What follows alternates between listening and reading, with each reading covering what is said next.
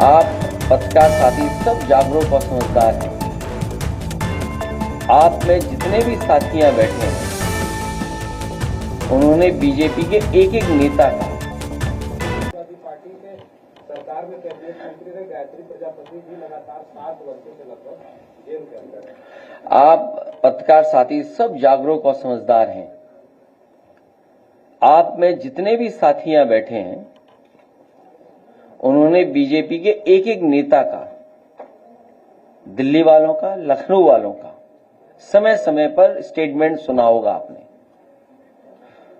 भ्रष्टाचार को लेकर के और खासकर समाजवादी सरकार में जो मंत्री थे उनको लेकर के।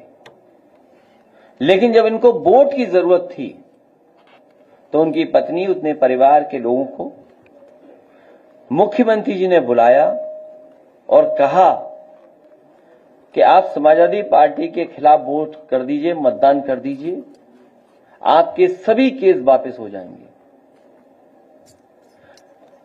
ये आप सब जानते हो, किसी से छिपा नहीं है। उन्होंने मतदान भी किया हमारे खिलाफ।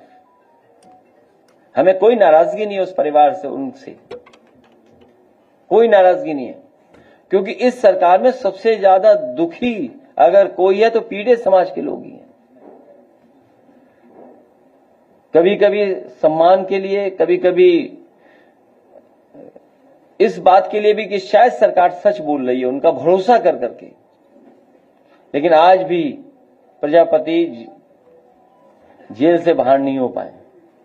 और वो पत्रकार, वो तमाम लोग सब जानते हैं, बांदा रहा हो, हमीरपुर रहा हो, कितने ऊंचे टीले लगे हुए थे बालू के। भी कुछ दिन पहले पहाड़ों से ऊंचे टीले लगाए गए थे, नदियों को खोद खोद करके।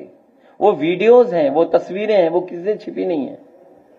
लेकिन बीजेपी का इतना स्ट्रांग मैनेजमेंट है, इकोनॉमिक मैनेजमेंट, आर्थिक मैनेजमेंट, कि वो बात वहीं की वहीं दब जाती है। बुंदेलखंड के पहाड़ों से ऊंचे पहाड़ लगाए हुए थे, टीले बनाए हुए थे, सब इलीगल था। नदियां साफ हो रही थी बड़े पैमाने पर, लेकिन किसी पे कोई कुछ नहीं, कोई बदनामी नहीं।